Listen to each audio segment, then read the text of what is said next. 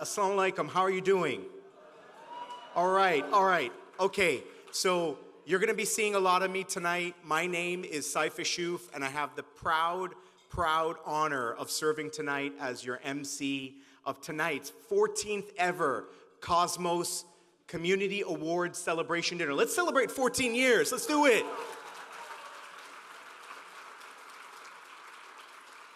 We're not quite a 15, but we're a 14. ¿Tú sabes? Okay, good. So, for those of you who don't know, this program tonight is about celebrating the best of what happens in our community.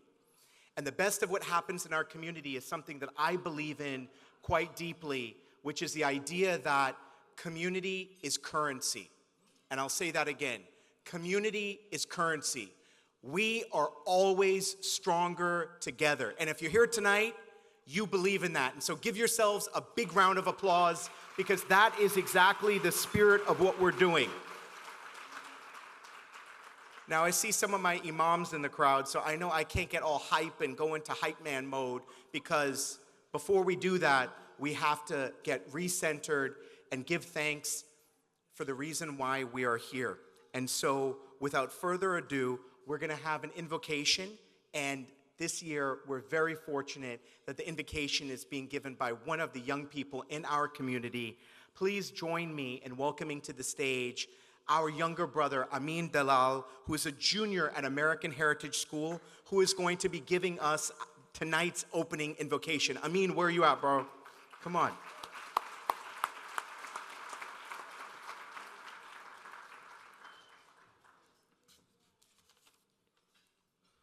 أعوذ بالله من الشيطان الرجيم بسم الله الرحمن الرحيم الحمد لله رب العالمين الرحمن الرحيم مالك يوم الدين إياك نعبد وإياك نستعين اهدنا الصراط المستقيم صراط الذين أنعمت عليهم غير المغضوب عليهم ولا الضالين. Amen. In the name of God, the compassionate, the merciful. Praise be to God, Lord of the worlds, the most gracious, the most merciful, Master of the day of judgment.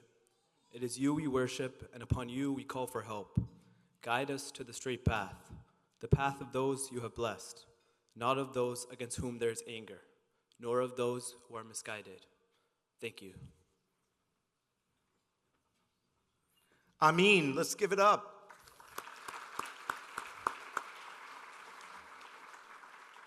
Before we get the program a little bit further started, I want to do something. I want to ask Amin to stand. And I'd also like all of the young people who are in the crowd tonight, if you're under the age of 25 and you're here tonight, please stand. No, this is an important thing. This is not meant to be a joke. I want all of us. Brother Kuram is standing, but I want to actually, no, I know it's funny, and there are a lot of us, we're in Miami, we can be as young as we want to be, but I mean, this is not about that. I see you. If you feel young, we love you. But the reason why I wanted to ask those young people to stand up tonight is because a lot of times we come into these community spaces and we chide our young people who don't show up, and we don't celebrate the young people who are here. So join me again. All those young people who are here, please stand up again. Let's give them a round of applause. There's a lot going on. You see, they are here. And you know it, we know it, I see you, we see you, you are the future. Thank you so much for being here.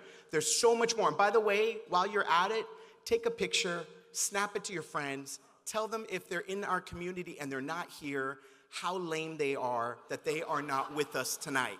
You know, drive them with the sense of FOMO. And I know somebody like Madam Mayor, who just joined us, she knows that because in her journey, she has inspired all of us of all ages to step up and to get into the field. And it's all about those young people. So we can't get the show on the road without the Pledge of Allegiance. And we've got another set of young people who are going to be here giving us and leading us in the pledge. We've got Ramsey Pino and Maha Pino, who are both students at Carver Elementary School. Let's give it up to the most adorable, adorable kids. Also, Cosmos, there is no flag in the stand, so I am lacking in the protocol. But, young people, please lead us in the Pledge of Allegiance. 3, 2, 1, wait. I pledge allegiance to the flag of the United States of America and to the republic for which it stands, one nation, under God, indivisible, with liberty and justice for all.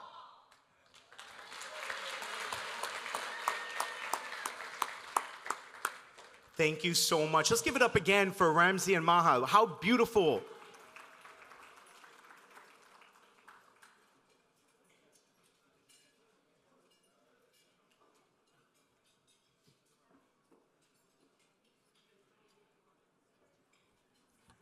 So tonight's program, we've got a lot to cover, and I think a lot of us know. I actually saw the president of one of the masjids that I go to, Uncle Imran, and we know we're getting ready for Ramadan. Who's ready for Ramadan, inshallah?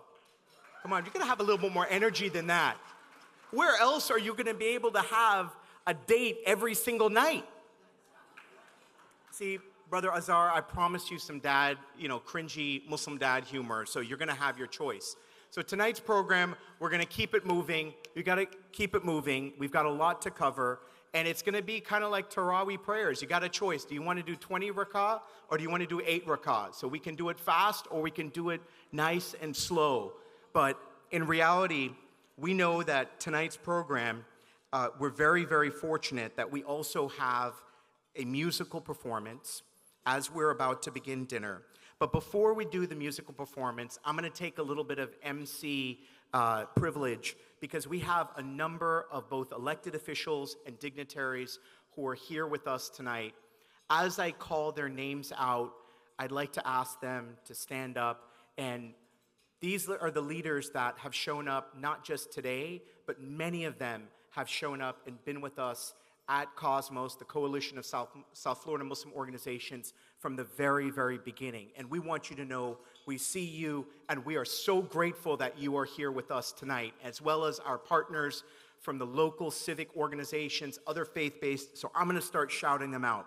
First and foremost, we have Provost Malou Harrison from Miami-Dade College. Thank you so much. We've got Jeff Green, Commissioner from the City of Cooper City. Thank you. We've got Mayor Michael Joseph of the City of North Miami Beach. We've got Broward County Commissioner Hazel Rogers. We have the Mayor of Margate, Omar Coburn. We have Commissioner Anthony Caggiano. We have Vice Mayor of Coral Springs, Nancy Metayer. Thank you. We've got a Commissioner from Sunrise, Latoya Clark. We have the Vice Mayor of Lauderhill, Sarai Ray Martin. Thank you. We have our Public Defender of Miami-Dade, Carlos Martinez. Let's give it up. I did a certified legal internship there in 1998. I didn't make it as a public defender. There was a TV show called The Practice. You remember? I did think I was the Brown Dylan McDermott. It didn't work out. That's why I didn't follow that path, much to my mom's chagrin. She does still think I'm a lawyer. She's there. We also have with us Dan Molinari. We have a commissioner from Miramar, Yvette Colburn. Let's give it up. One of our Miami-Dade County commissioners, Commissioner Keone McGee. Thank you so much, sir. Thank you. We have the chief of Miami-Dade County Public Schools Police. Let's give it up. Where are you? Chief Carlos Fernandez in the house. Deputy Chief of Miami-Dade County Public Schools, Ivan Silva. Let's give it up. And I learned this from our mayor. You got to shout it out. The Fraternal Order of Police of Miami-Dade County Public Schools in the house. Thank you so much, FOP, for representing. Please, no more speeding tickets for me in the school zone. I promise, again, never again. No. All right. Next up, we have the Turkish Consul General, the Honorable Rasul Sahanol. Thank you so much. Representative, thank you. We have the Honorary Consul General of Monaco, Tom Abreu. Let's give it up. That is the coolest place to be the Honorary Consul General of. If I were to ever be in the diplomatic service, I definitely would want to serve in Monaco. I think I could pull that off. We also have the Consul General of Bangladesh, Saheli Sabrine. Thank you so much. Consul General of Japan, Junya Nakano. Thank you very much. Special Agent in charge of the FBI, Justin Fleck, in the house. Thank you so much. It's not a Muslim event unless the FBI is there. Thank you so much. You get the joke. I'm good. We also have with us somebody who means a lot to all of us, the principal of Carver Elementary, also the former vice mayor of Homestead, Madam Patricia Fairclough. Thank you so much. We have a teacher from Carver as well, Evelyn Martinez. Let's give it up. Eric Knowles from the Miami-Dade County Chamber of Commerce. And we have representing, of course, one of our school board members, Madam Luisa Santos. Thank you so much. Debbie Hickson, the chair of Broward County Schools. Let's give it up as well. And we have a number of other organizations that are here that we want to acknowledge. We have as well Athena Pacera. We have represented tonight folks from the Miami Herald, Baptist Health System, Healthy Living, Mosaic Miami, the Asian American Advisory Board of our county. By the way, I served on that. Miami Dolphins Foundation, the Florida Association of Free and Charitable Clinics, Channel 10 in the house. Have to give it up. Jackson Health Systems, and we have to acknowledge 30+ organizations from our South Florida local Muslim community. Give it up, please. And I would be remiss.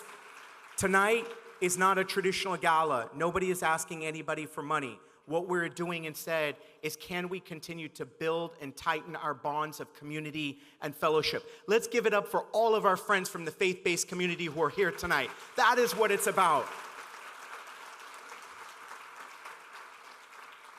That's what the 305 is all about. We come together and we celebrate each other. So now, this is what I was very excited about, because we actually have a musical performer right here in the house. And so we're gonna get, as we begin the dinner program, yes, you're gonna get to eat. Yes, you're gonna get to mingle. Yes, you're gonna get to take your selfie. Those are things that are important to me. But before we do that, and as we begin the dinner program, we have a musical performance here by none other than sitarist Rajesh Ramatar, who resides in Fort Lauderdale, and he began learning the sitar from his guru Bharti Chokshi, who learned from one of the great masters, who goes all the way back. I know my mom's gonna appreciate this, back to Pandit Ravi Shankar. So let's give it up for our sitarist, Rajesh Ramatar. Please enjoy some great music, enjoy some food, and after that, we're gonna come back and we're gonna begin our actual program with the president of Cosmos, Tahsin Siddiqui. Over to you, sitar.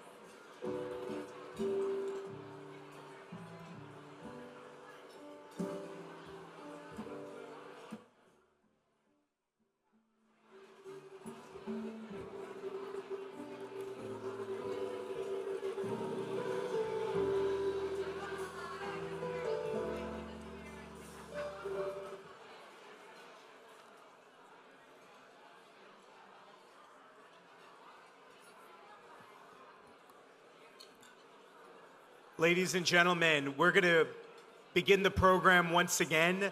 So we'd like to encourage everyone, please find your seat. We have a spectacular runway tonight of program and also some terrific folks that we are so proud to honor.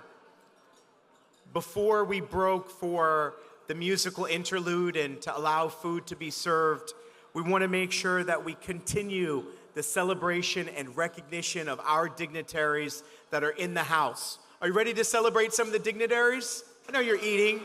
The salmon is very good. I want to make sure that everybody knows that we have here tonight our mayor, the esteemed Madam Mayor of Miami-Dade County, Madam Danielle Levine Cava. Let's give it up for Mayor Levine Cava. Thank you so much, Madam Mayor. We also have representation from our bench. These are our leaders who serve to uphold justice in our community. And I'd like to acknowledge right now some of those members of the bench that are here. We have Judge David Young in the house. Let's give it up for Judge Young. A past honoree, might I add. It's almost like the Saturday Night Live Club. How many times have you hosted? Shabir Bhai, we might need to make like a little green jacket or something. We also have with us Judge Scott Bernstein in the house. Let's give it up. Judge Kevin Hellman, are you here with us? Thank you. Thank you for being with us. And I believe we also have with us Judge Maisha Darrow. Let's give it up for Judge Darrow.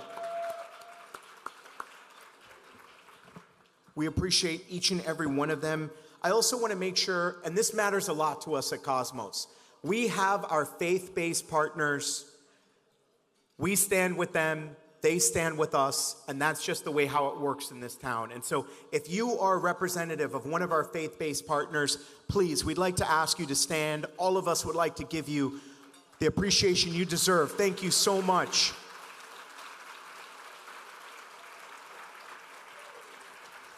I know that we also have representatives here from Temple Beth Am's Unbiased Committee. Let's give it up as well. Thank you so much.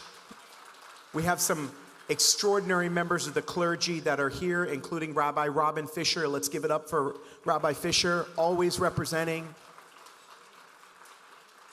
You know, I like to say I might be the only Muslim guy I know that all three of my rabbis are women. I've got Rabbi Robin Fisher, I've got Rabbi Rachel Greengrass, and my sister Rabbi Judith Siegel. That's a first, only in the 305.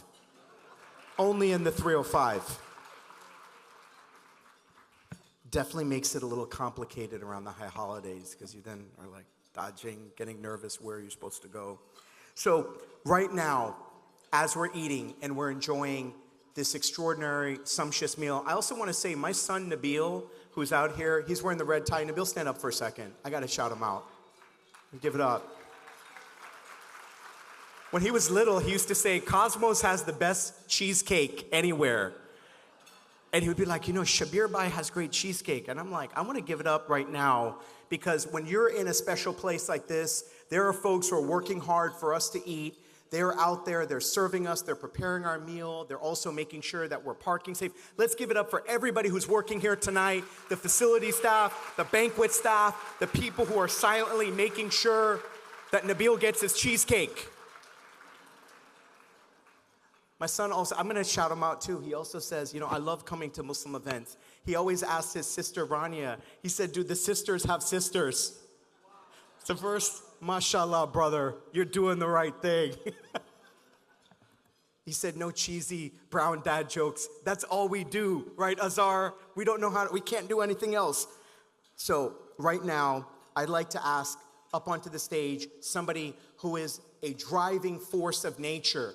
When you get a call from her, it used to be Shabir Bhai is the most terrifying call that you would get, and you knew you had to like stand to attention, even if you're just on the phone. If you get a call from Sister Tassim Siddiqui, you salute. I sent the salute emoji as soon as I got a message from her. She said, Brother Saif. I said, yes, sir. Yes, ma'am. I'm ready to serve. Tassim Siddiqui is our president of Cosmos. As she's walking, give her a shout out. We got to appreciate this. This is the face of Muslim leadership in America right now. This is what it looks like. Tassim Siddiqui is a physician assistant by profession and currently serves as president of Cosmos. She's going to give us her opening remarks. Over to you, sister.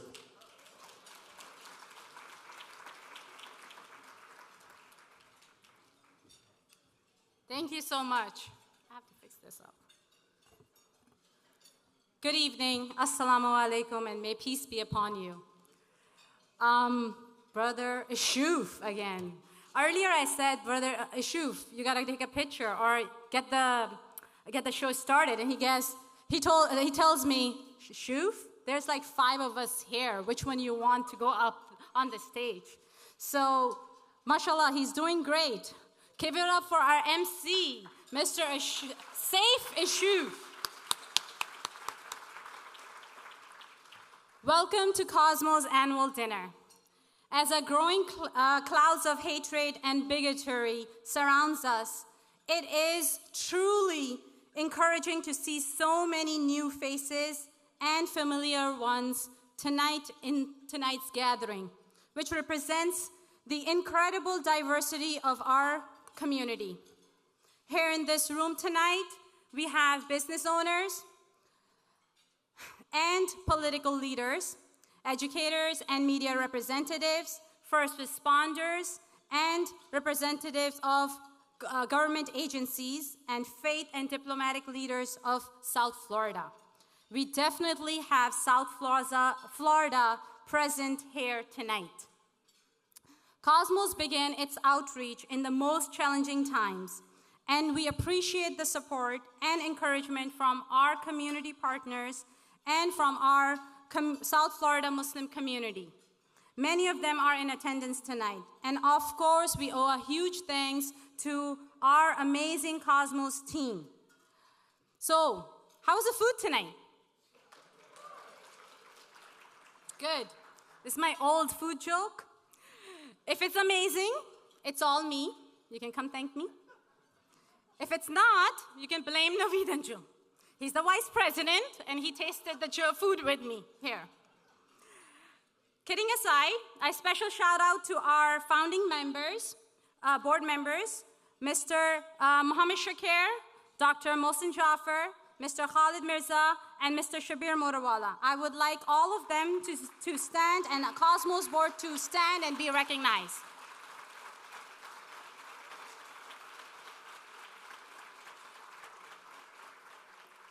Cosmos started with a mission to work with like-minded organizations to promote the understanding of Islam, American Muslims, and Muslim cultures through engagement, education, outreach, and community service.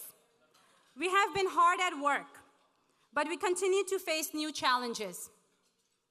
One of those challenges hit close to home last November, when my 12-year-old son repeatedly was called Hamas instead of Hamza by his teacher, even after he corrected her multiple times. This went on for about a month. He didn't share it with us either.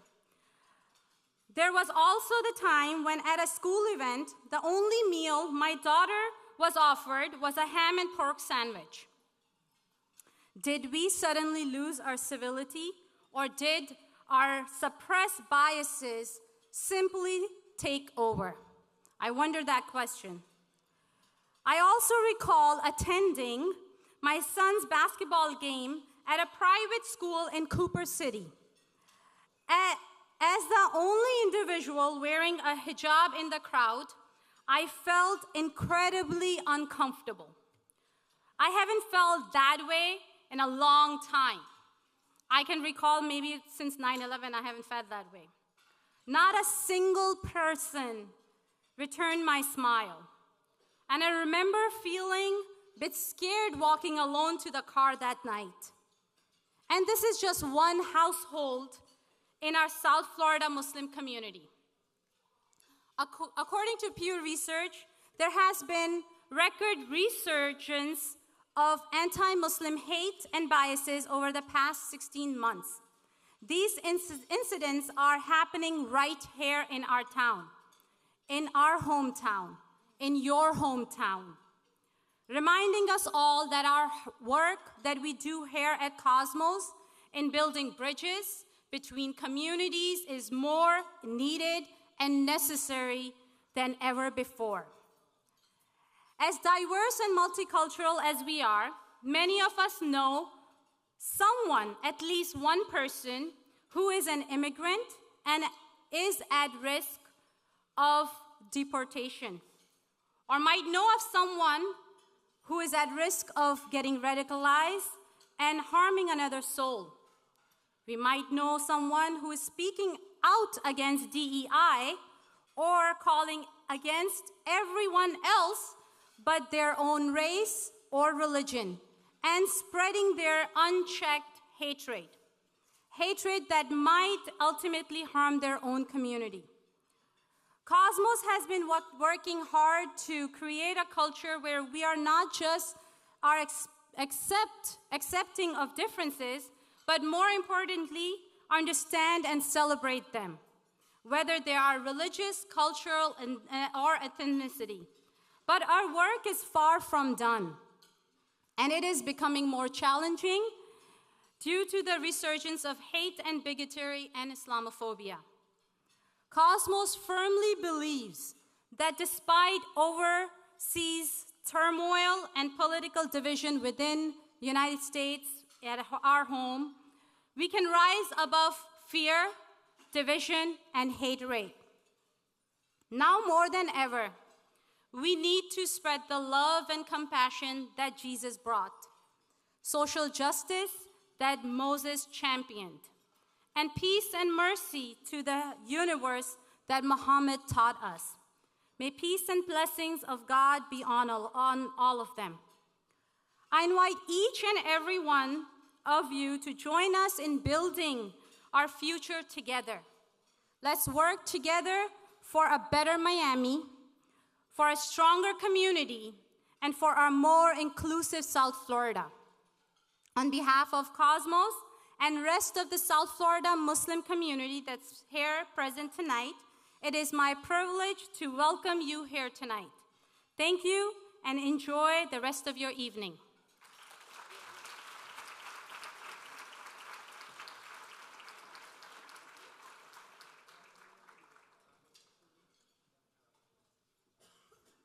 Let's give it up for Tessin one more time. I want to say something about Tessin, and I also want to say something about this group of extraordinary women that we have in South Florida that are leading the charge. And I count my wife Amira amongst those women. There are some women here in our South Florida Muslim community. They are our leaders. They are the folks who get the job done. Let's celebrate them right now. Put your hands together. And if you don't clap, I don't have space on my couch tonight. So, you will be very, very alone. If you're that one guy, well, I'm not going to clap. Well, that's your problem, Abdul, because I don't know why you want to make an esoteric point right now. But tonight's program ultimately is about the celebration of leadership. It's about the celebration of leaders that have stood in the breach of some of the greatest challenges that our community has ever faced. And tonight, we have a few award winners that really represent the best of what is happening in our South Florida. As Tessin mentioned in her remarks as our president of Cosmos, we know that we live in an unbelievably challenging time where the voices of hate seek to shout louder than those of us who want to have peace and unity. We know this because of the work of individuals like Matt Anderson at Mosaic Miami. We know this because this work matters each and every day. The origins of Miami are about those leaders. And as a point of reflection, I like to think about the fact that one of the first times I read Juma Salah when my family moved to America, and their representatives here from Masjid Al-Ansar, they would know this. That version of Miami, as a little kid, having just arrived here from Guyana, there was somebody who used to pray there named Muhammad Ali. And Muhammad Ali actually used to say about building community and thinking about the struggle, he said, when you know how hard it is out there, and the quote was, I hated every minute of training, but I told myself, don't quit. Suffer now and live the rest of your life as a champion. And I remember that during my days as a little kid, seeing Muhammad Ali pray with us at Masjid Al-Ansar in the beautiful Liberty City community of Miami. But I also remember something else about our Miami. When my family moved here, like a lot of Muslim families, we didn't have a lot of folks who we'd go and eat dinner with. That one of the first dinners that we ever ate at another family's home was actually a Shabbat dinner at Dr. Jim and Sharon Oster's home. And that is what community is about. The story of Ali having to run across the causeway because black people could not sleep on Miami Beach at night. The story of families that were welcomed by others. That is what's happening. And if there's one person that version of Miami-Dade County all pulls together, it's in the form of our first honoree, Madam Mayor Daniela Levine Cava. So I want to read a little bit about, let's give it up for her. I want to give it up for her. Her biography is important, and for all of us, we should take a second to reflect on this extraordinary leader's journey. Madam Mayor Daniela Levine Cava was elected Miami-Dade County's first ever woman mayor in November of 2020. As mayor of our county, she oversees a metropolitan government with over 28,000 employees, serving nearly 3 million residents, managing an annual budget of approximately $9 billion. Born in New York and partially raised in Latin America, Mayor Levine Cava received her bachelor's degree in psychology with honors from Yale University and a graduate degree in law and social work from Columbia University. She came to South Florida in 1980 to join her husband, Dr. Robert Cava, a Miami native who returned home to join his father in medical practice. Daniela and Robert raised 2 children, Eliza and Edward, in Miami-Dade, supported by strong networks of friends, family, and coworkers. A social worker, a lawyer, and a community activist, she was first elected in 2014 and re-elected in August of 2018 to serve as a Miami-Dade County Commissioner representing District 8. As commissioner, she invested in Miami-Dade, small businesses, and expanded economic opportunity, worked to create affordable housing and revitalize neighborhoods, and help make local government more accountable and transparent. She came to elected office after having served as an advocate for South Florida families for over 30 years. She served special needs families, special needs children, low-income families, and immigrants at Legal Services of Greater Miami, and then represented children in the foster care system and adoption system, acting as an associate and legal director for the Guardian Ad Litem program. In 1996, Mayor Levine Cava founded Catalyst Miami to help low and middle income families through education and advocacy. Catalyst helps approximately 5,000 people each year become more self-sufficient and civically engaged. She entered the mayor's office following a 40-year career as a relentless advocate for South Florida families and public service and elected leadership. And before we bring the mayor up here with the representatives from the board, I want to say, I remember almost 20 years ago being in a car with Mayor Levine Cava, and at that time, she had written a piece in the Miami Herald that was about this vision, she said, for a community, and it was an effort called Imagine Miami. The version of me 20 years ago, not too far out of law school, I emailed her on a whim, and we actually spent some time together that afternoon.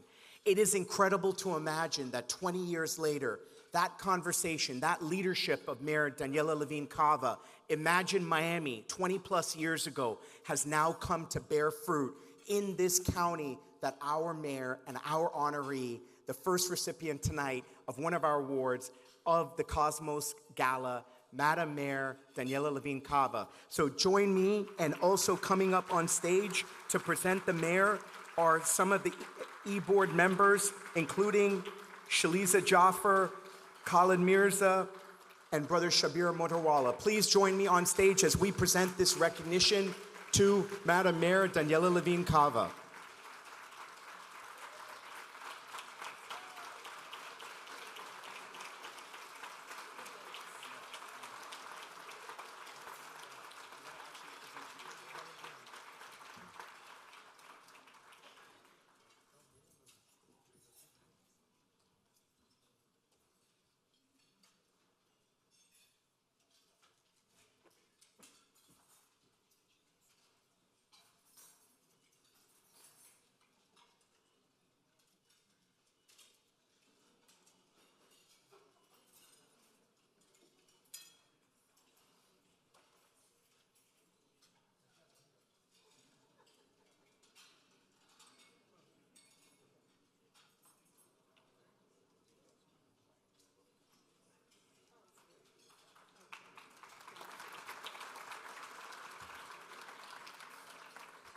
Well, good evening. What a pleasure to be with all of you.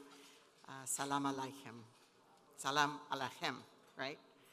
So, to Madam President, your words, where are you? What beautiful words tonight. Please, I would like a copy of your remarks. I think you captured so beautifully exactly why we're here, who we are, and what we need to do. And let us one time more thank you for inspiring us and the whole Cosmos organization and beyond to do the right thing. Thank you. And we're here because we are true believers. We recognize that the only way forward is together. And my favorite quote by Reverend Jim Wallace of Sojourners is, to get to common ground, we go to higher ground. This organization goes to higher ground.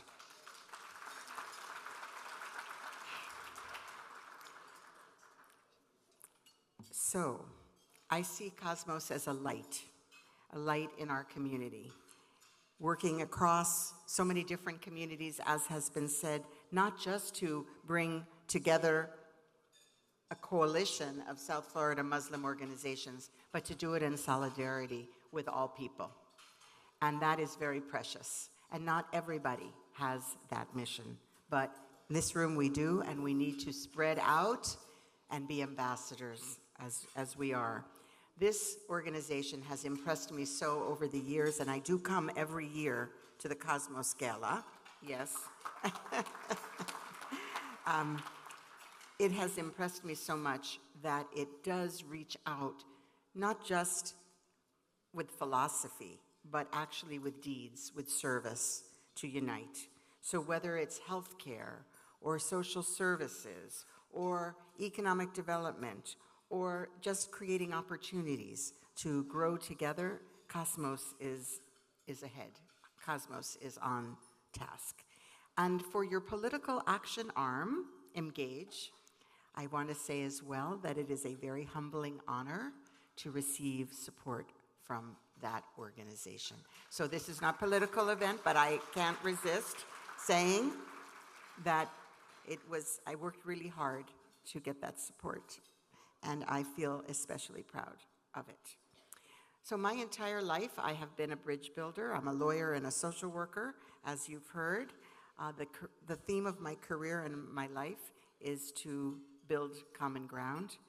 And so to be with so many of you tonight who do that, to foster not just tolerance, but celebration, embrace, that is the cause. And representation matters, because we only break down those silos when we have a relationship. So for all the efforts that you're making, I salute you. For everything that I can do to help open more doorways so we can deepen those relationships, we can build that trust, please count on me.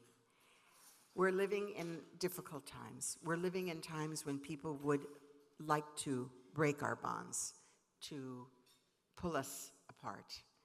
But here, we stay united. And that is the source of incredible pride. And I know to my county commissioner who's here with me, our vice chairman, Keone McGee, to our school board member, Luisa Santos, this is what we do. This is how we work, and this is what we believe. So I thank you again for the honor. I thank you for working tirelessly to move our community forward together, and it is with great pride and appreciation and humility that I accept this award. Thank you.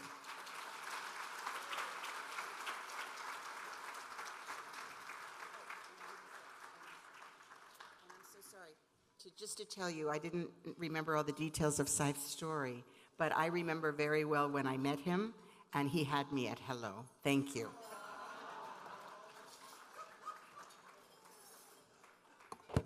Let's give it up for Mayor Daniela Levine Cava. The mayor had me at hello, too. That's a Netflix movie just waiting to happen. A civic bond, unbreakable, over Guarapo y croquetas. No, anyway, y samosas también. Okay. So, Cosmos happens because there are leaders, families, foundations, companies, they step up and they enable all of us to enjoy this beautiful event. And we have a list of sponsors that I want to acknowledge right now. So you'll see on the screens on opposite sides of the room all of the individuals and the companies who've made it possible. I'm going to take a second so my face is not showing. Tried to not eat rice for a few days, so cheeks didn't look super big. Okay, good. So I'm going to go ahead and start to read. I'm going to go ahead and read some of the sponsors. We have as our corporate sponsors, and definitely give a shout out for all of these because these are like the hometown players. They stick with the coach, they stick with the program, and they show up. That is not a Jimmy Butler reference, I promise you. The Miami Herald, the Miami Dolphins Foundation. Let's give it up. Thank you. Platinum sponsors. The Dr. Mohsen and Fazia Jaffer Foundation. Thank you so much.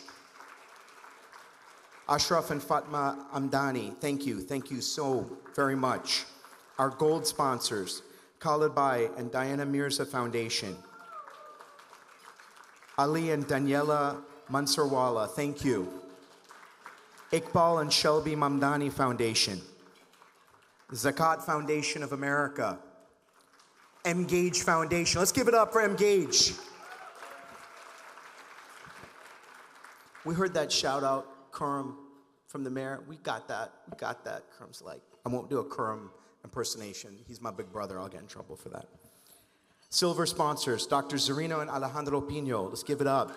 Dr. Zakia Subhani, Tassin Siddiqui and Dr. Azhar Dalal. Rehan Family Foundation. Sophia Shakir.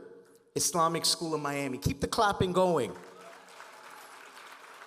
This is what we do. Shabir Bai and Asma Didi Motorwala. Let's give it up.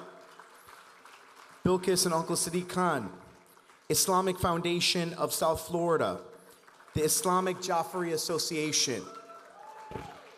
Suhail Nanji in the house. Where are you, Suhail? One of our OGs. There you're at, of course. Mosaic Miami, Matt Anderson. Weaving the mosaic, brother. The law firm of Wahid Vizcaino Geller. Let's give it up for the entire law firm is here. By the way, Khurram Wahid used to be our favorite lawyer. Now we've got Madam Samra Wahid, Esquire, in the house. I'm that uncle who will always embarrass you. But there's nothing to be embarrassed of because we're proud of her. The Jaffer Center at FIU. FIU in the house, blue and gold. Paws up, baby. Jaffer Institute at Miami-Dade College. Sharks in the house. Yes, and Saif and Amira Ashuf. Give it up for Amira, because she actually writes the check. I also want to acknowledge my mom is in the house. Madam Halima Ishuf. Thank you, Mom. Jalal. Everyone knows him as Jay, but it's Jalal. It's like Mo from the TV show Mo Amar. Who watches Mo here? The best show on Netflix. If you don't and you're Muslim and you're not watching, I want to talk to you outside later. Jay and Catherine Shahada and Islamic Relief USA. Let's give it up for all of those sponsors. All of those companies and families make our work possible, and I think that the mayor underscored something that gets lost here tonight. Tonight is an appreciation dinner. This is not a fundraising event. There are organizations that fall under this coalition that each and every day are serving some of the most vulnerable within our community, whether it's the work that happens at the UHI medical clinics, whether it's the work that happens because of the Noor Center, whether it's because of the work that happens at Mgage, whether it's because of the work that happens with faith-based leaders in our masajid all over South Florida. We are appreciating not only them, but we are appreciating you as our faith-based and community partners for standing with them. So let's give it up for that, because that really, really matters a lot. And so now, we are so fortunate that our next honoree for this evening is none other than Debbie Hickson. So I'm gonna be, let's give it up. Let's appreciate there.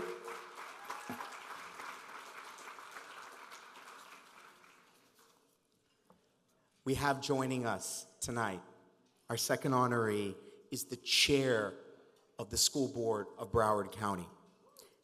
It's a very, very big role. Debbie Hickson is a dedicated educator, community leader, and advocate for excellence in public education. A lifelong resident of Broward County, Debbie graduated from South Broward High School, where her two sons also earned their diplomas.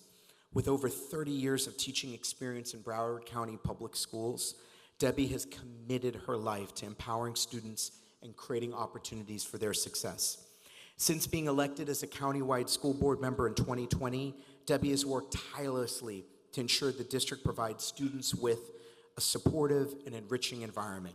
She's visited every single school in the district to immediately address their needs and connect with educators, students, and families directly.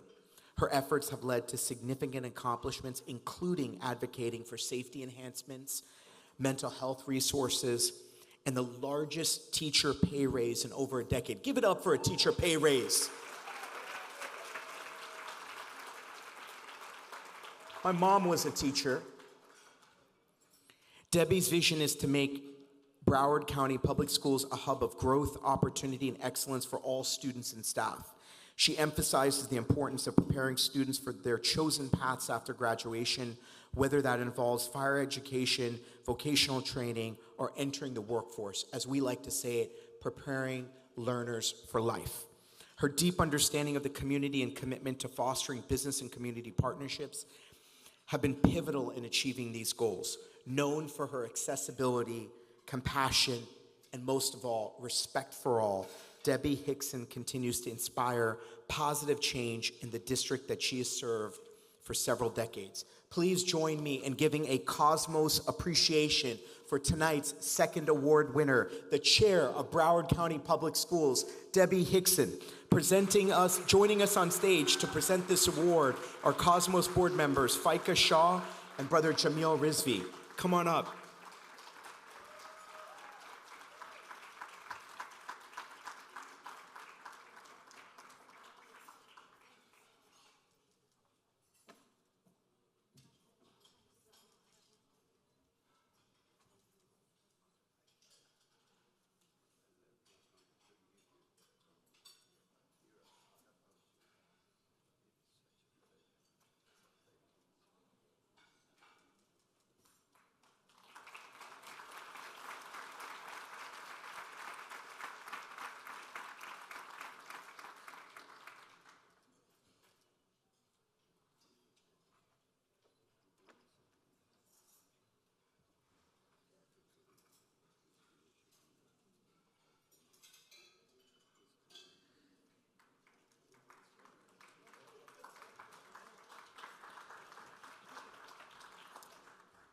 Good evening.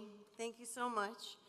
It's such a pleasure to be here to see a room filled with people who have a similar mission, that they value diversity in their community, that they value respect for their fellow citizens, and they believe that we should be working together as a unit to do what's right for our community.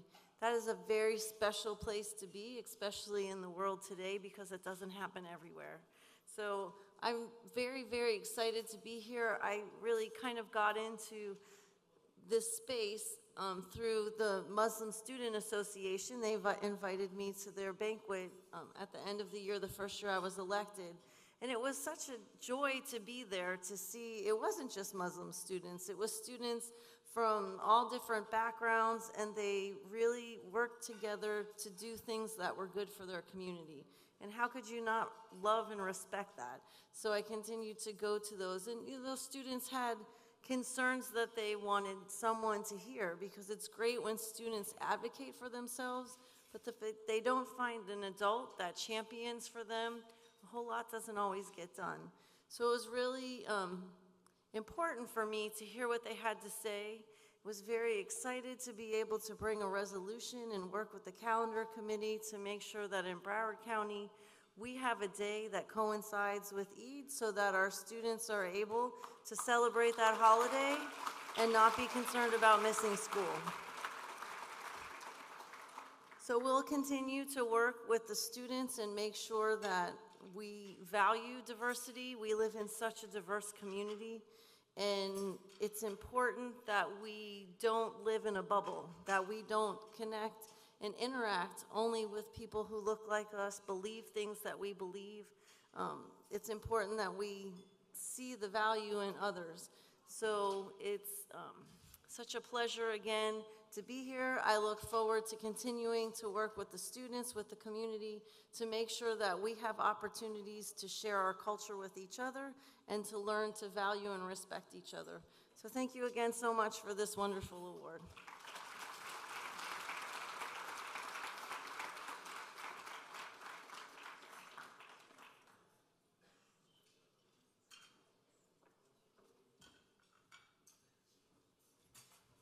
Let's give it up for Debbie one more time, the chair of Broward County School Board.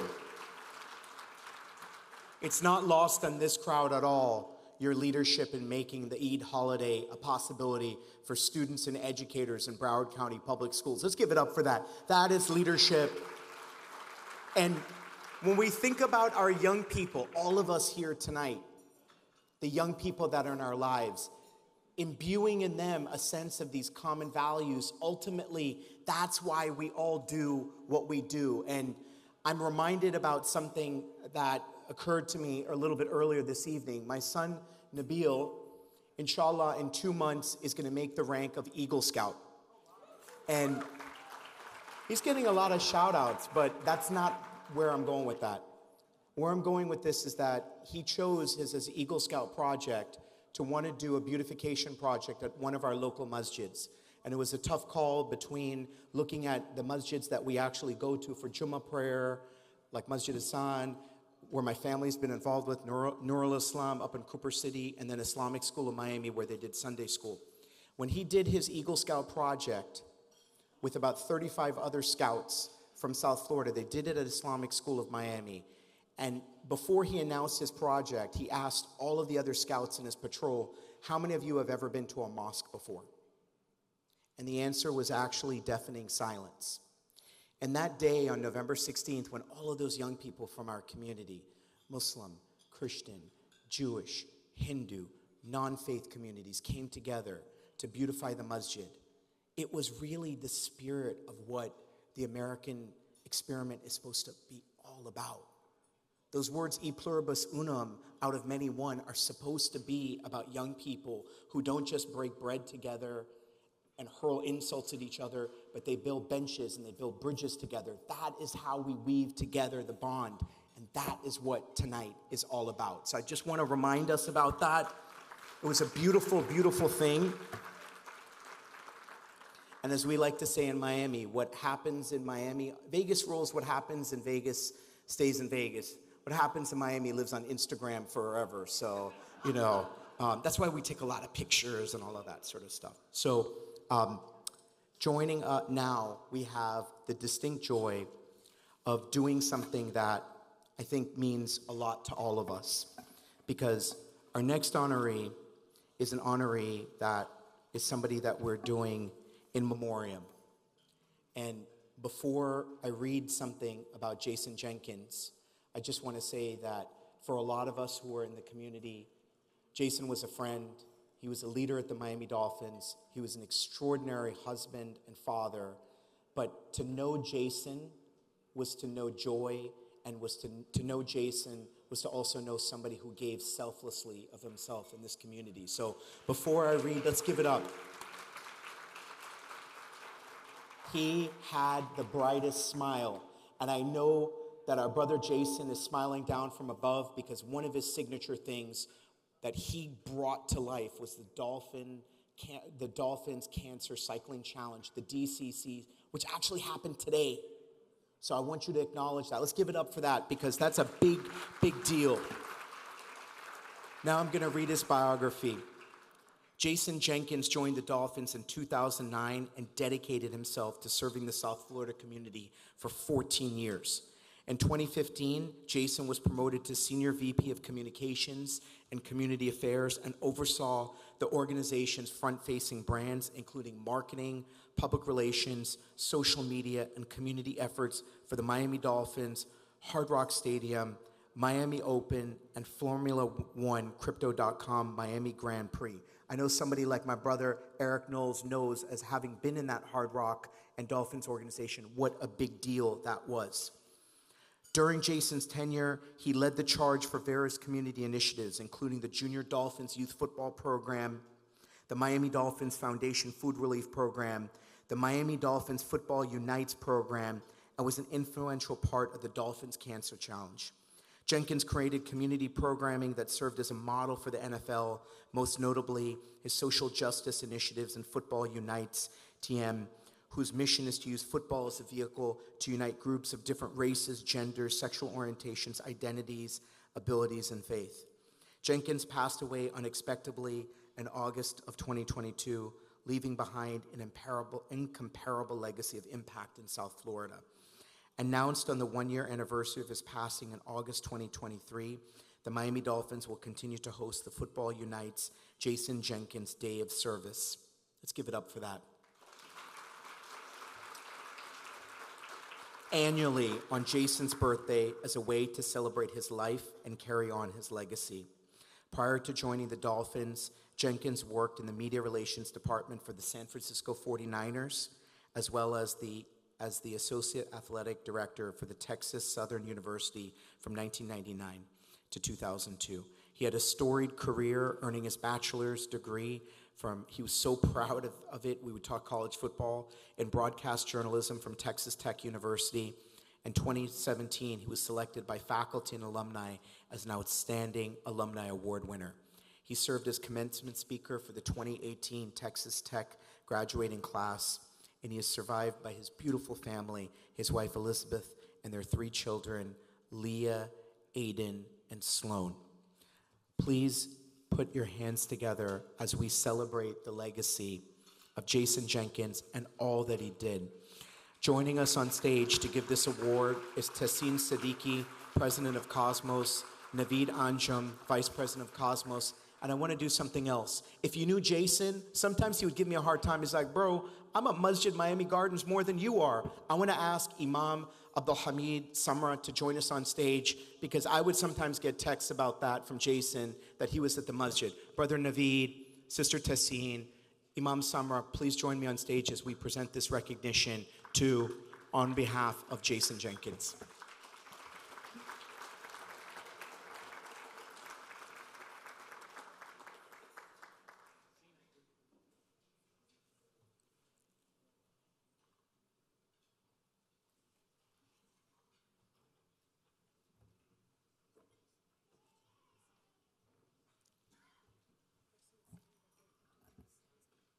So I believe that we were expecting as well somebody from the Dolphins to join us. We know that today is easily, other than game day, one of the busiest days in the year for them with the DCC Challenge. Joining us, thank you so much. What's your name, man?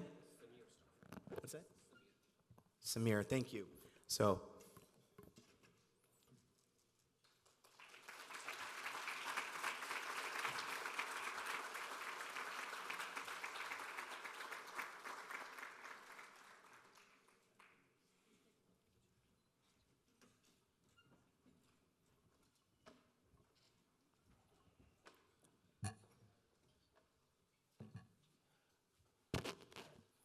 Good evening and assalamu alaikum, everyone. My name is Samir Stafa. I'm the Vice President and Chief Technology Officer for the Miami Dolphins. Thank you very much for this incredible award. It is truly special for me to be standing here right now accepting this award on behalf of Jason Jenkins.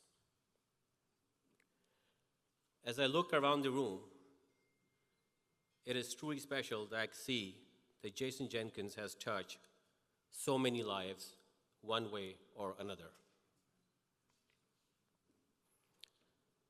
When I first joined the Dolphins about 6 years ago, Jason was the first person who reached out to me and said, Samir, let's grab lunch.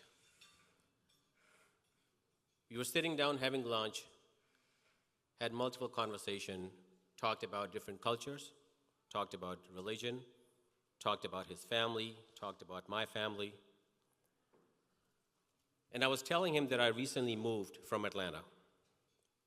Without a single hesitation, Jason reached out to local Muslim community in our local mosque in Miami Gardens and connected me. It was so good to see that within few minutes after I had my lunch with him, I started getting messages and phone calls from our local community.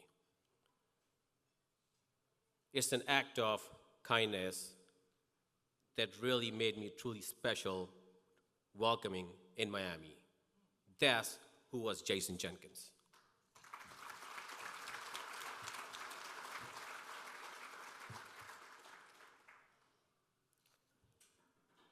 Jason was a great leader.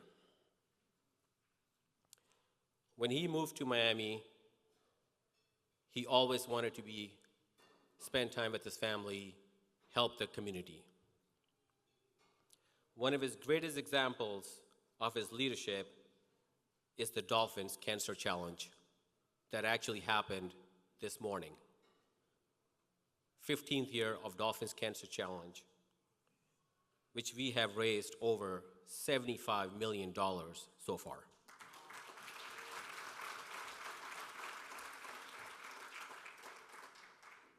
It also stands as the largest fundraiser in the NFL right now for cancer research.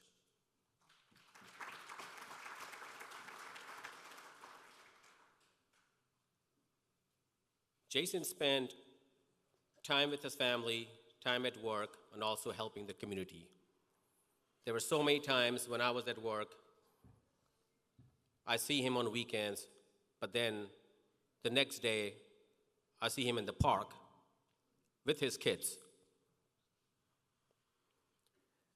As I look at this award,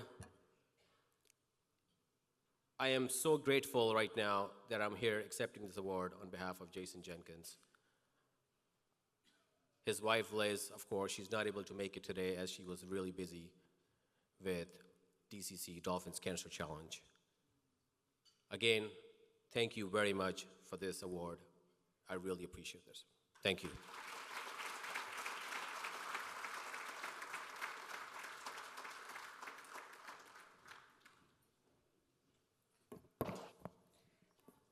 Let's give it up again for Jason Jenkins. And let's also acknowledge the leadership and humanity of Brother Samir, the CTO of the Miami Dolphins. Thank you so much.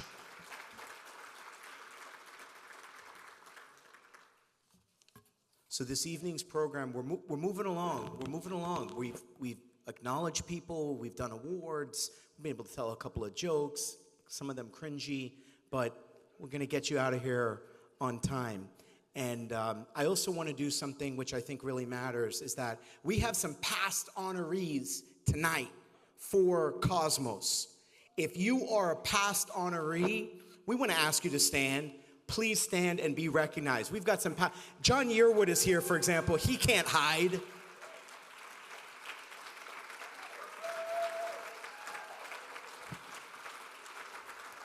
Judge Bernstein is here. He can't hide.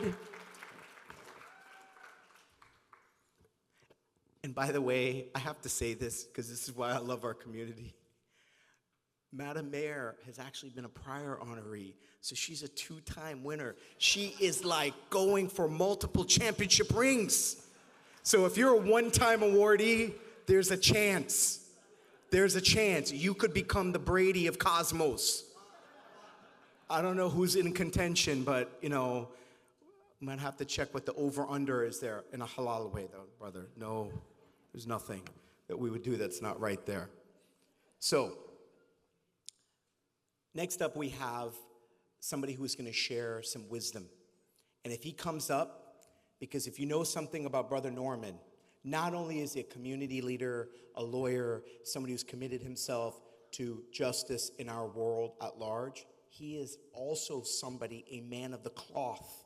So if he takes you to the mountaintop tonight and you're inspired, then he did his job. If he took you to the mountaintop and you were trying to figure out, could you get higher, then I think that that's on you and not on Brother Norman. He has a very lengthy biography. I want to read every single word of it, because if you understand, he's like, no, don't do that. Come on, man. This is why we do what we do. You know I have to read this. And every single piece of it is something that we should all celebrate. I want to, let's clap for that before, and I'm looking right at him. Norman Hemming III, administrative law judge. Norman has a degree in government and public administration earned at John Jay College of Criminal Justice and Cornell University. He's a Merit Fellow graduate of Howard Law School, where he served as associate editor of the Law Journal and president of the Student Bar Association. He has a theology degree from Shiloh Theological Seminary in Stafford, Virginia, and is an ordained minister. He presently serves as the chief administrative law judge for the Miami, Florida, Macon, Georgia, and Albany, Georgia offices of hearing and operations. Norman is a chaplain for the Federal Bureau of Investigations. He is a member of the Pastors' Council of the Faith Place Church. Additionally, Norman has served previously as special counsel for the United States Department of Justice and the United States Attorney for the Southern District of Florida. Previously, Judge Hemming was a felony prosecutor in the Manhattan District Attorney's Office and served as a regional criminal enforcement counsel for the US EPA. By the way, in my head, I'm imagining Michael B. Jordan playing a young Norman Hemming in the Manhattan District. Kerm, do you see that? You see that, right? Like, Michael B. Jordan, is that the right casting? Yeah, I just want to say that. I can't believe I can't get this right. I don't think anybody in Cosmos wrote this. Concomitantly. Is that good? I get it right? That's an SAT word.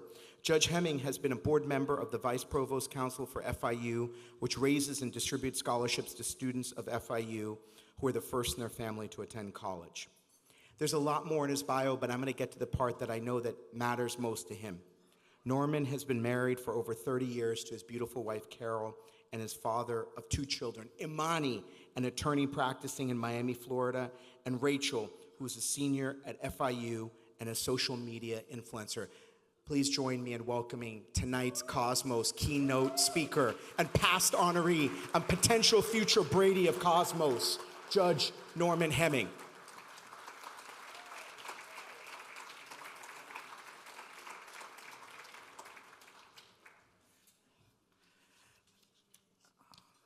Good evening, everyone. My actual remarks are going to be much shorter than my introduction. And when he said that I'm a man of the cloth, he meant that it takes a lot of cloth to make clothes for me because of my size. Let me start off by, first of all, thanking all of you for being here and staying at this late hour. To my Jewish American brothers and sisters, I greet you in the Jewish greeting words of peace, Shalom Aleichem, and by reciting the Shema, Hear, O Israel, the Lord our God is one. To my Muslim American brothers and sisters, I greet you by saying, Assalamu alaikum, Bismillahir Rahmanir Rahim, Allahu Akbar. In the name of God the Merciful, I bear witness that there is no God but God, and that Muhammad, peace be upon him, is his messenger. And then to my Christian brothers and sisters, I greet you by saying, what's up? In the name of Jesus the Christ, Yeshua HaMashiach, the one who is, who was, and is to come. I'm going to be speaking with you just briefly this evening on the topic, A Brave New World, Finding Your Superpower. You see, those of you who go to films often may recognize a portion of the title of my address this evening, A Brave New World. It's from the film Captain America. And Captain America is really captivating people's imaginations today. All across America, it's becoming one of the highest grossing films ever. And don't worry, I got a call from a very important person in Cosmos last night, and she said, he or she said, do not be controversial. So don't worry, I'm going to be as bland as I possibly can. You'll all be sleeping at the end.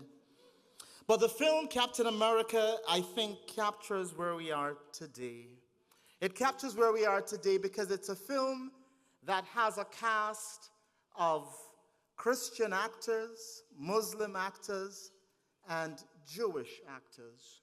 And the director of the film, Captain America, is Julius Ona, who is from the River State originally, that's where his family's from, in Nigeria, a part of a group of Africans who call themselves Igbo, IGBO, and a subset of those Igbos in Nigeria.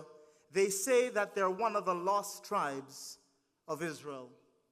And in fact, in this Black History Month, it's interesting that we should even mention these Igbos, because for so many years, they've spent so much of their lives continuing in the Jewish traditions and cultural practices for over 2,000 years. As of recently, there were some 30,000 Igbos who claim to be Jews, who continue to live in Nigeria, and some 20,000 of them have actually since recent time emigrated to the state of Israel.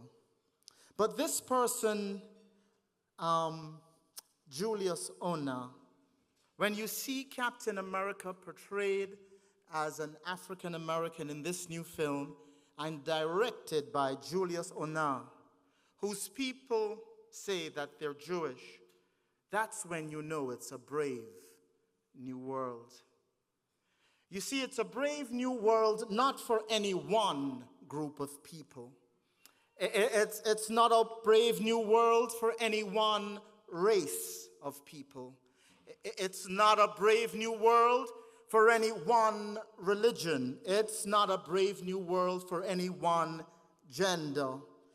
In fact, this brave new world is no single group of people. This brave new world is no one political party, whether Republican or Democrat or independent. This brave new world is not any particular race, no particular religion, no particular gender. And this brave new world has no monopoly on goodness and righteousness. How do I know that, you may be asking, Chaplain Hemming?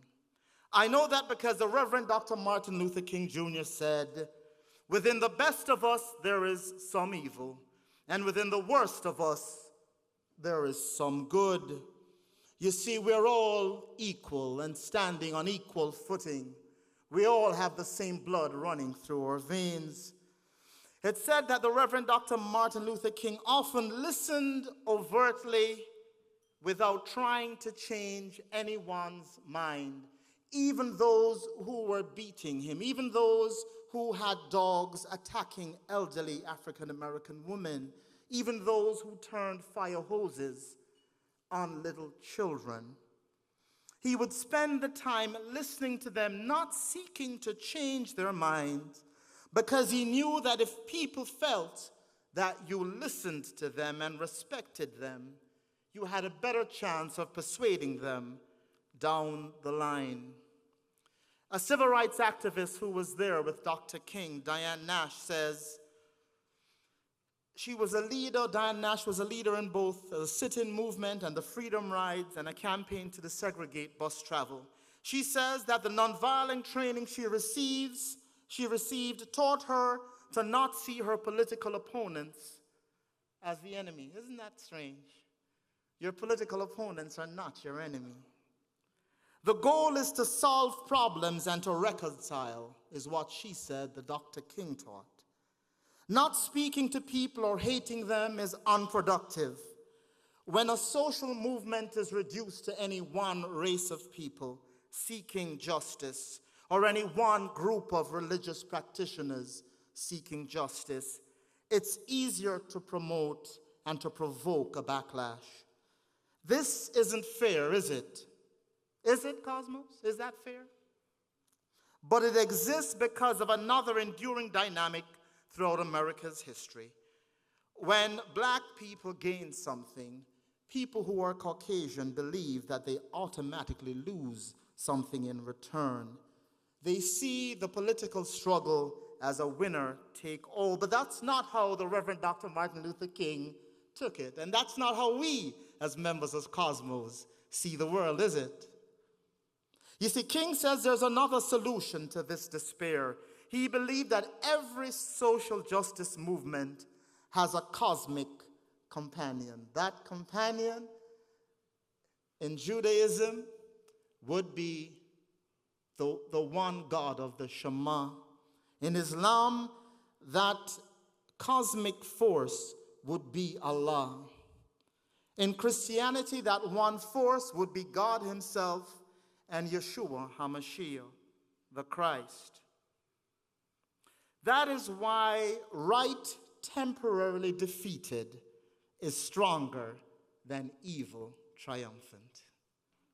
You see, Captain America was first produced in the 1940s as a comic book, and it was first written by a Jewish American brother. And this Jewish American brother's name, well, he wrote Captain America and gave Captain America a civilian identity. Any Captain America fans here? No? Oh, good. Yeah. Identity is Stephen Rogers. Stephen Rogers is this really frail man who, enhanced to the peak of physical perfection by an experimental super serum by a notable Jewish scientist after joining the U.S. Army during World War II. Equipped with the American flag, this superhero, Captain America, goes on to become this amazing individual who is able to change lives, to change hearts, and to change circumstances. I believe that seated in this room at Cosmos here tonight are hundreds of Steve Rogers, mild-mannered men and women who have been in suspended animation like Steve Rogers for years, and you may have forgotten your superpower. I came by here tonight to tell you to wake up from your slumber, to help you recognize that we're living in a brave new world, and you are in need of finding your superpower. Each of you is a vigilant and watchful person, just like the name of the director of Captain America. That's what his name means. What are each of you, the three Abrahamic religions, looking for at the end of time? You're looking for a reward from God. Isn't that true? In fact, my Jewish American brothers and sisters, they tell me that in Proverbs, the 19th chapter and the 17th verse, they recite, they say, whoever is kind to the poor lends to the Lord, and he will reward them for what they have done. And then in Psalms, the 62nd division of Psalms, in the 12th verse, they also tell me, and with you, Lord, is unfailing love, and you reward everyone according to what they have done. The word that's translated out of Hebrew as reward is the word Maasai, just like that tribe in Africa. And it means that you're looking forward to the work that you have done resulting, the deeds you have done resulting in some benefit. Christians tell me from Romans, the 2nd chapter and the 6th verse, God will repay each person according to what they have done. The word translated as done in the Greek is the word ergon, meaning your work, your deeds. And then all of you, many of you who are Muslims, you tell me that the 16th surah, the 97th verse of the Quran says, whoever does good, whether male or female, and is a believer, we will surely bless them with a good life, and we will certainly reward them according to the best of their deeds. You see, that word that's translated in Arabic as deeds is this Salihan, which is a name that many fathers give to their boy children, meaning virtuous or pious. Well, how do you, members of these three great Abrahamic religion, how do you get your reward, people of the book, as you call yourselves?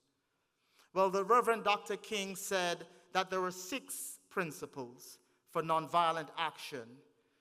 1, nonviolence is a way of life for courageous people. Nonviolence seeks to win friendships and understanding. Nonviolence seeks to defeat injustice or evil, not to defeat people. Nonviolence holds that unearned voluntary suffering for a just cause can educate and transform people and societies and your enemies. Nonviolence chooses love instead of hate. And how do you think that I know that nonviolence transforms people and what the superpower is? Well, I came to this country as an immigrant from Jamaica. And when I came, my mom brought 6 of us as her biological children and 4 other children that she had adopted. When she came, she worked as a housekeeper in Long Island, New York. And I finished my last year of high school in the Bronx, New York, where we were living. But I was living with my 10 siblings, with my 9 siblings and myself and our mom, in a 1-bedroom apartment in the Bronx. It means that my bedroom was the floor. I slept on the floor for much of my time in the Bronx. And my chest of drawers was a hefty garbage bag. That's where I kept my clothes. Yes, that's why I look like this today. I tried to iron them, but... And when we were there in the Bronx, my mom didn't earn enough money to support us financially with food. But my brothers and sisters, they were ashamed to go down to the food bank to collect food. But I wasn't ashamed because I was greedy, as you can still see. So I went down to the local church, which was a food bank, and I waited online, and I picked up the Wonder Bread in New York at that time, and the can of meat that they gave out, and this huge block of cheese. And I took it home so that we would have food to eat for the week. You see, my mom was a live-in housekeeper. And so we, as children, were what are known as latchkey children. We lived alone. And we had to be quiet because our mom says, if our neighbors find out that you're living in the apartment alone, they will call the police and I will go to jail. So we, as children, had to pretend as if there was an adult in the house still there with us. I remember at school in the Bronx, my counselor said to me, she says, "What do you want to be, Norman?" And I was so overjoyed. I said, "I want to be a lawyer." And she said, "You'll never be a lawyer. The best that you can ever hope to be is perhaps a paralegal or an administrative assistant. But you'll be a very good one, Norman." And it was at that time that I realized what my superpower was. Because initially I started crying and feeling dejected. But then I called my mom out in Long Island where she was working. And I told her what the counselor said to me. And she said, "Son, use your superpower." And that meant to us as children, start to pray. And so I started to pray. And not long after that, I got accepted to Cornell University. When I got to Cornell University, I thought everything was now okay. But you see, at Cornell, I lived in Sperry Hall on West Campus in my first year. And when I got there, you know, Cornell, it's an Ivy League, and it's the best and the brightest of America's society. So after my first week in the dorm there, some of the folks on my floor came up to me, Yeshuf, and they said, how does it feel to sleep in a bed as opposed to sleeping in a tree? And so I said to them after praying, I said, it's so much more comfortable in the bed. And then when it was time for me to go to law school, I didn't know how we were going to do it, but I received a full scholarship to Howard University, but it didn't pay for housing. It just paid for books and tuition. So when I got to Howard University, I was homeless. I was sleeping in my car. And I called my mom and I said, she says, how is everything going, son? I said, it's okay, except it's a little cold up here, just like New York. And being in the car is hard. She says, never mind, son. I'm going to go and pray, and I'll call you back in an hour. In an hour, she called me back. She said, son, go inside of the law school. God has prepared something for you inside. So I went inside the hallway of the law school. You know, they have all the pictures in the hallway of all the former graduates. So I started going down, looking at all the pictures of the former graduates of Howard University School of Law. While I was there, this man came up to me and he said, what's your name? And I introduced myself and I spoke with him. He said, where are you living? I said, in my car outside. And he started laughing. He says, no, seriously, where are you living? And I said, I sleep in my car. And he said, not as of this moment. You're going to come and live with me. So for the first year of law school, I lived with a fellow law student who was in his third year and getting ready to graduate. And for the remaining 2 years, my other brother, who I met there as well, his father, who just passed away, he's a national hero. He was buried just last week at Arlington National Cemetery.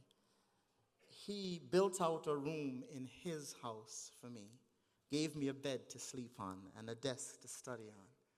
You see, there's something unique about the power of prayer that we who are people of the book maybe have forgotten.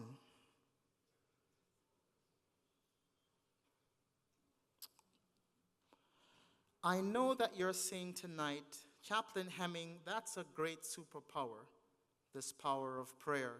But how do I find my own superpower?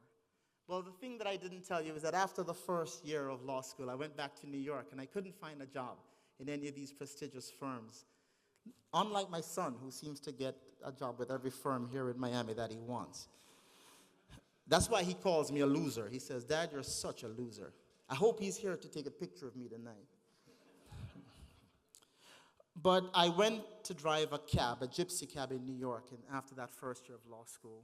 And while I was driving that gypsy cab, I picked up a fare in an area by a hospital, and the person who I picked up was there to rob me. I had $68 in my pocket. He ran a crowbar through my head, puncturing the posterior and the anterior wall of my brain. And so I was in the hospital in a coma for a while, but I could hear the doctors speaking. And I remember this one day they were speaking to my mom.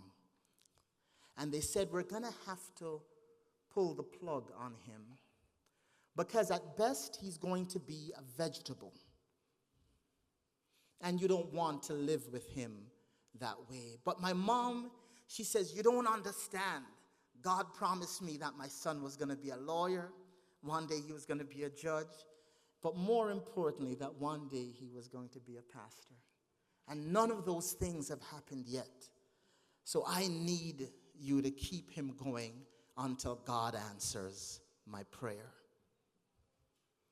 And although my wife says that I still have brain injury, if you talk to her, here I am today before you because of a mom who believed in her superpower and my superpower of prayer.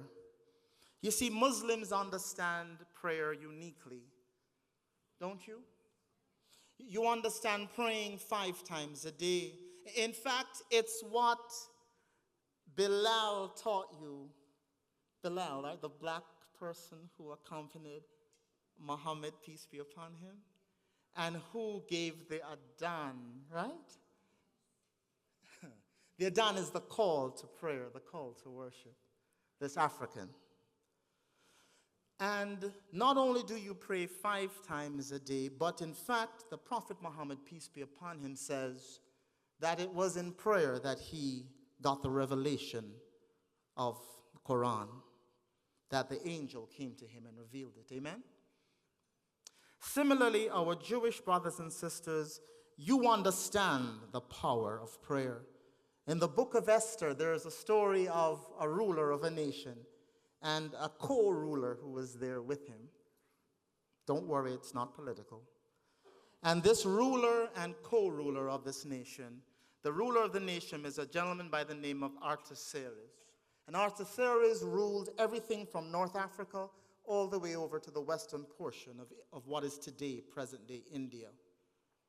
However, Esther found herself in a strange situation because the co-ruler of that great empire wanted her people, the Jewish people, to be killed, exterminated. So what did Esther do? Did she hide in her closet and cry? Did she run away?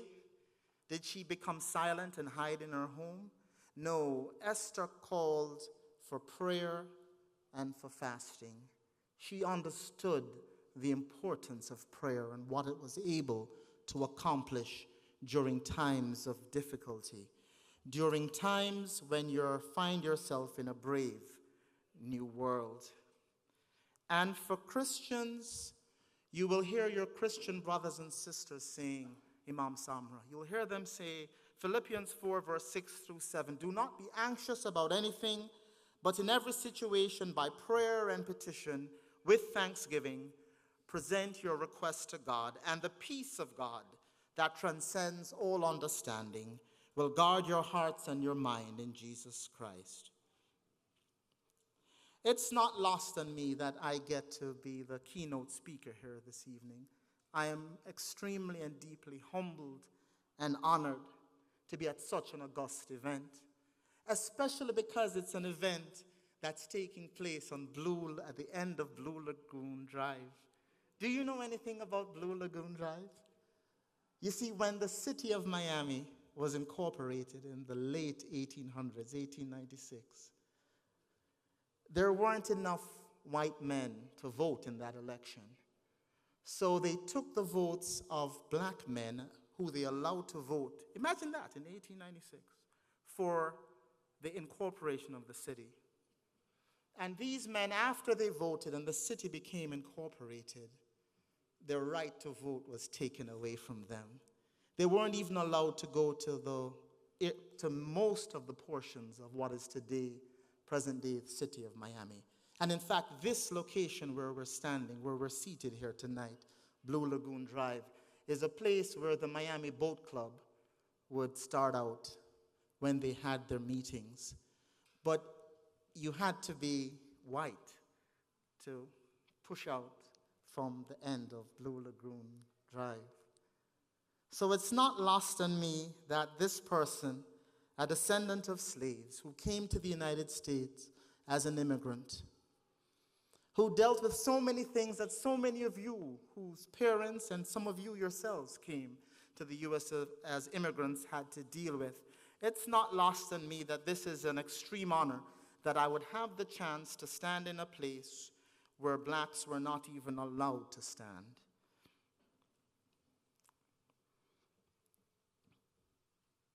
"129 years later, in the year 2025. The word of God that is quoted by Muslims, Jews, and Christians, found in the book of Isaiah, the 41st chapter, says, God says to you, so do not fear, I am with you. Do not be dismayed, for I am your God. I will strengthen you and help you. I will uphold you with my righteous right hand. All who rage against you will surely be ashamed and disgraced. Those who oppose you will be nothing.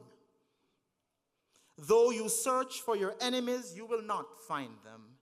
Those who wage war against you will be as nothing, for I am the Lord your God, who takes hold of your right hand and says to you, "Do not fear, I will help you." Members and supporters of Cosmos, as I come to a close, I know that there is a question that you're asking. Where do we go from here? The answer, members and friends and supporters of Cosmos, is to recognize that you're in a brave new world. And after recognizing that you're in a brave new world, seek out your superpower. I posit to you that that superpower is the superpower of praying to an almighty God who is able to do exceedingly abundantly above what you could ever ask, expect, or imagine, and that he will reveal to you what you need to do legally, what you need to do politically, what you need to do socially to transform our nation. We live in a great and an awesome nation, but it does not yet appear just how great and greater still this nation will become. But it will become that way because we are a people who care for the poor, that we are a people who care for the widows, that we are a people who take care of the destitute, that we're a people who take care of the sick, that we're a people who pay attention to the impoverished. So I'd like to leave you with a song this evening for you to contemplate. It's written by a woman who understood that at the time she was alive, it was a great new world. It was a world in which she didn't live a very long life, maybe 20 plus years. But this woman took the time in her short lifespan to write these words that I think all of us would be wise to take to our hearts. She says, in the midst of turmoil and in the midst of travail, in the midst of trouble, in a brave new world, this was her superpower that she penned. She's speaking to God, to Allah. And just to let you know, when I traveled to Dubai and spoke at Christian churches in Dubai, the Christians say Allahu Akbar. It just means God is the greatest, right? I know some of us panic when we hear that. But she says, "Take my life and let it be consecrated, God, to thee. Take my moments and my days, let them flow in ceaseless praise. Take my voice and let me sing, always only for my King. Take my lips and let them be filled with messages from thee. Take my silver and my gold, not a mite would I withhold. Take my intellect and use every power as thou shalt choose. Take my will and make it thine. It shall be no longer mine. Take my heart, it is thine own. It shall be thy royal throne. Take my love, my Lord, I pour at thy feet its treasure store. Take myself, and I will be ever only, always for thee." You see, Cosmos and friends of Cosmos, we're living in a brave new world, and none of us is going to survive alone. But when each and all of us come together and support each other and speak to each other, not to speak as people from an opposing political party, as enemies or in anger, but to look at them as your brother and your sister, and then to use your superpower to pray for them.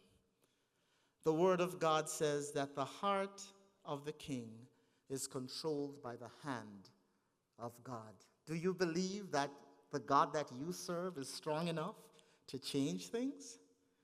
If you believe that with me, won't you stand to your feet at this time, if you can stand?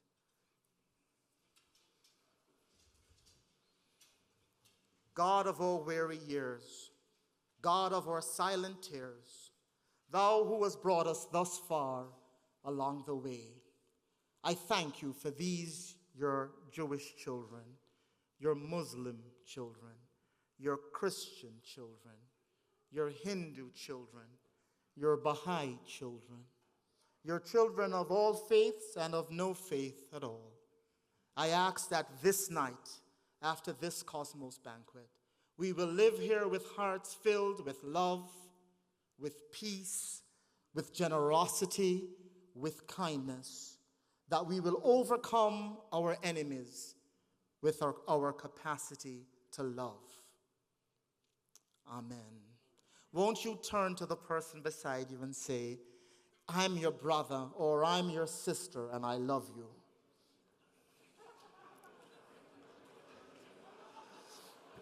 God bless you, Cosmos. Assalamu alaikum.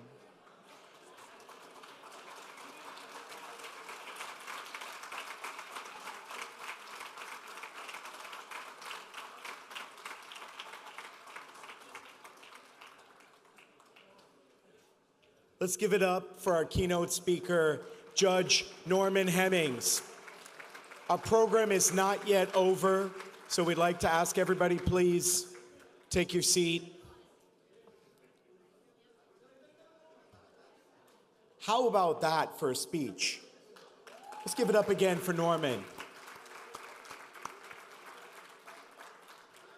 Before I bring up Brother Yasser Ballou for some closing remarks, I just want to say again that every single one of you that's here, you are part of what it is that Brother Norman talked about, this beloved community that we're building. I also have to say, as a fellow West Indian, bro, that was brilliant. You managed to get a standing ovation whether you were going to get it or not. Can we give it up for that? I mean, that is like, by the way,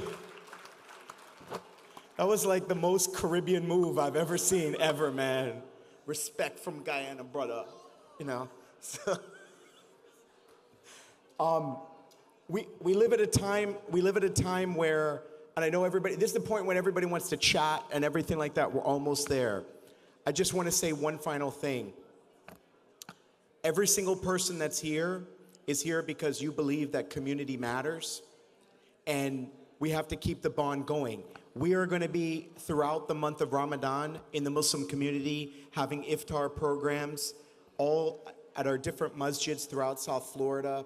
If you want to spend a little bit more time reconnecting, breaking bread with our local South Florida Muslim community, we have a range of these interfaith iftar programs that will be happening throughout South Florida.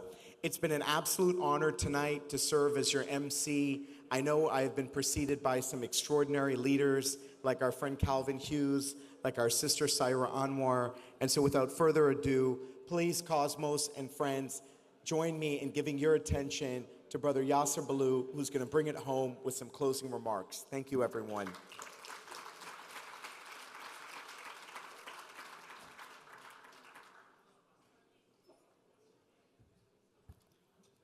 Good evening. Assalamu alaikum. I know we're very close to going home. Shabir Motorola was supposed to originally do these closing remarks, but then he saw that Norman Hemming was going to do the keynote, and he bailed last minute.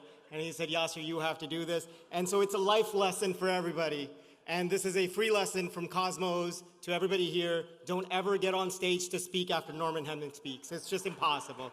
Like, please give it up, another round of applause. So I'm going to go through the very mundane, and then I'm going to wrap it up very quickly. One, very simple, parking. You'll be let out. Nobody's going to have to stay at the hotel. The parking should be open when you leave. So that's easy enough. Second, housekeeping issue is, Saif alluded to this. By the way, give it up for Saif. He was amazing. Absolutely incredible. Really. I think we've found our permanent MC. That's what I'm going to lobby for, hopefully. Second, closing, very, very quick remark is a lot of mosques in South Florida are going to be doing open houses for Ramadan. Ramadan starts March 1st, goes the entire month of March. You'll have plenty of opportunities. There are cards in the back somewhere. Look for Shabir Motorola if you can't find them. They will have locations, dates, times. Be there maybe 5-10 minutes before the food arrives, because if you show up after food arrives, you're not going to get any food. There's a specific time for eating, right? So just be there before that. Second, this was important because Judge Hemming in his speech said that someone called him, no names, and said, don't be controversial. And it's important to understand that in this room, what he said may not have been controversial. In this room, the folks that you heard from may not be controversial. Step outside 10 feet, 100 feet, 1,000 feet. Go to your local synagogue, mosque, or church and say these words. These are going to be controversial things. Why? Because we're superheroes. Everybody else isn't, right? So Judge Hemming was pointing to that. We are superheroes. We're called to this. Everybody else isn't. We have to incorporate more people into this superhero clan, into this, into this calling that we've got. We can't simply leave it alone and say, let's just mind our own business when we're out there. We can't simply mind our own business when somebody's being anti-Semitic, Islamophobic, anti-Christian, anti-immigrant. We have to speak up. That's our superpower in addition to prayer, right? Prayer and also action. And that is where what Judge Hemming was leading to. It's very important to understand that what was said in this room is super controversial if it's broadcast on the 10 o'clock news. It's not super controversial because all of us have been building this bridge for more than 14 years. And remember, right, bridges are tested when you put weight on them. Otherwise, they're completely useless. If you're not putting weight on bridges, what good are they? This is when bridges are tested. This is what this bridge is good for that we built for so long. Don't let it collapse. Don't let it wither just because of certain temporary issues, temporary things that happen. Terrible things. Don't get me wrong. Not to be minimized. But our friendships, our connections, our bridges withstand all of that. They have to for the sake of our community. Last thing I'll say is a testament to that is the Eid holiday. Someone alluded to that earlier, and I forget who. It's important to understand, right? We have now in Miami-Dade County, Broward, and Palm Beach County, Eid as a recognized holiday in the school system, in the public school system. Cosmos lent its hand in Dade County. Sister Naima Khan, I don't know if she's still here, lent her hand in Broward County. Mr. Usman Chaudhry lent his hand. But what happened there, they didn't do it alone. We didn't do it alone. There were community leaders, these bridges that we've built, these friendships that we've absolutely forged got us there. We can't simply let them wither. We have to continue to make them stronger. The only way to become a strong and lasting community is to make those bridges stronger. We have to do that. Thank you very much. Assalamu alaikum.